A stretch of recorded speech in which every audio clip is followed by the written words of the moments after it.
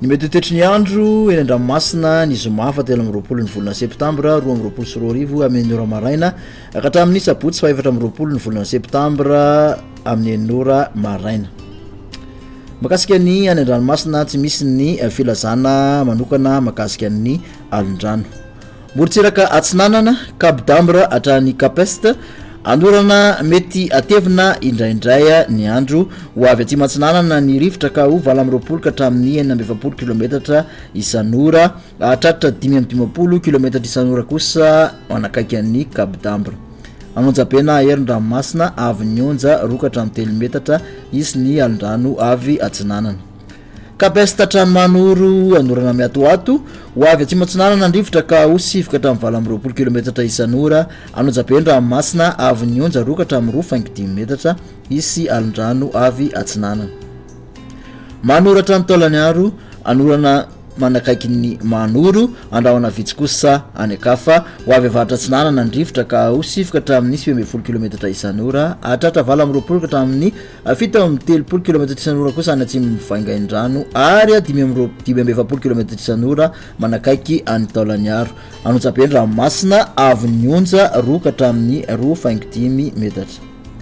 Taolanyaro hatrany Cap Sainte-Marie andrahona vitsina ibalika ny masoandro ho avy avaratra somary avaratra atsinanana ny rivotra ka ho 20 ka hatramin'ny 20 km isan'ora anonjapena herin-dranomasina avy nyonja 2 ka hatramin'ny 3 metatra izy alin-drano antonony avy atsimo andrefana. Morontsiraka andrefana Cap Sainte-Marie hatrany Cap Saint-Vincent ibalika ny masoandro ho avy atsimo atsinanana ny fitsokon'ny rivotra ka ho 7 ka hatramin'ny 20 km isan'ora anonjapena-dranomasina avy nyonja 2.7 ka hatramin'ny 2.5 metatra.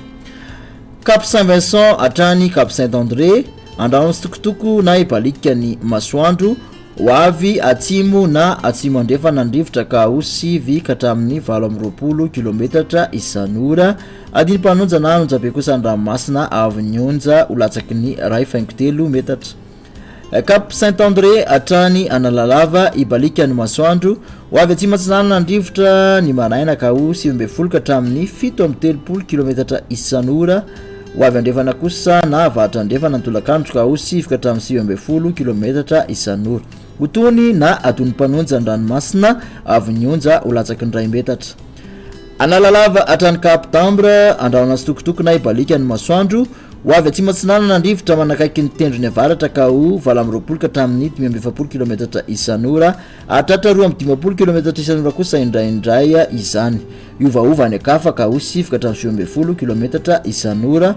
Otony na atiny mpanonja an-dranomasina avy nyonja ho latsaky ny 2 metatra anonjabe kosa manakaiky ny Cap d'Ambre.